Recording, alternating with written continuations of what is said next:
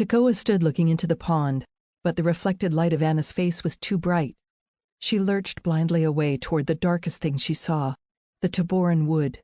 She ran into the trees and kept running until her legs gave way.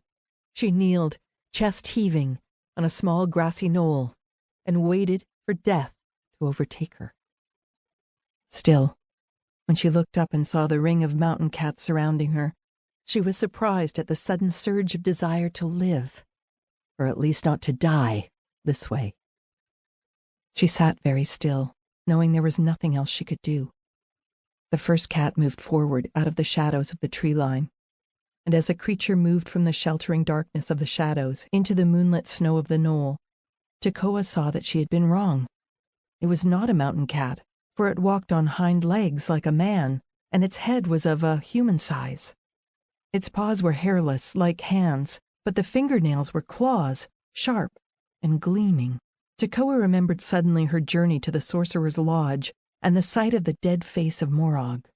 This thing looked like Morag.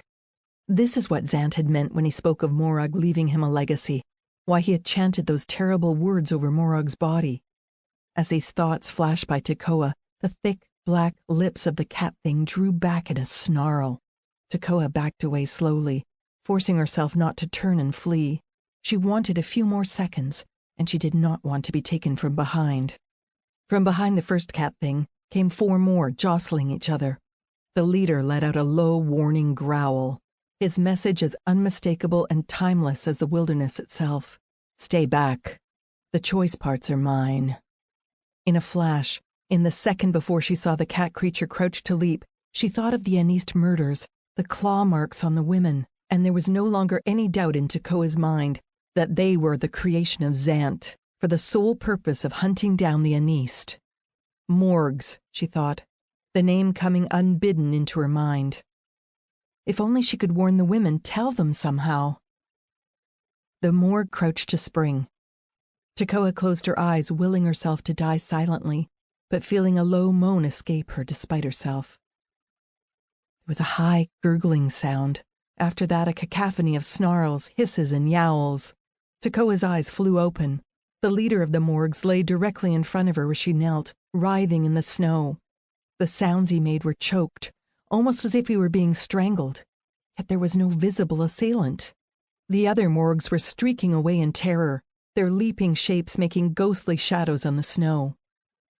Tekoah knelt in the snow, watching, as the Morg died in front of her. When she could bear no more, she put her face in her hands. After a time, the sound ceased, leaving only a quivering silence. A shadow fell over her. Then a voice spoke quietly, but the sound shattered the eerie silence like breaking ice. So dies any creature who tries to harm you. Tekoah looked up. Black against white he stood. Braith. No dream this, unless it was all a dream. Perhaps her whole life was nothing but a dream. She tried to smile at the thought, but found she could not. Braith bent over her, scooped her up as though she were no more than a rabbit or a kitten. She felt a brief, fierce panic. The sorcerer! Escape! Oh, escape! Then only the warm hardness of his chest, his cloak around her, his breath against her hair, and she let herself go.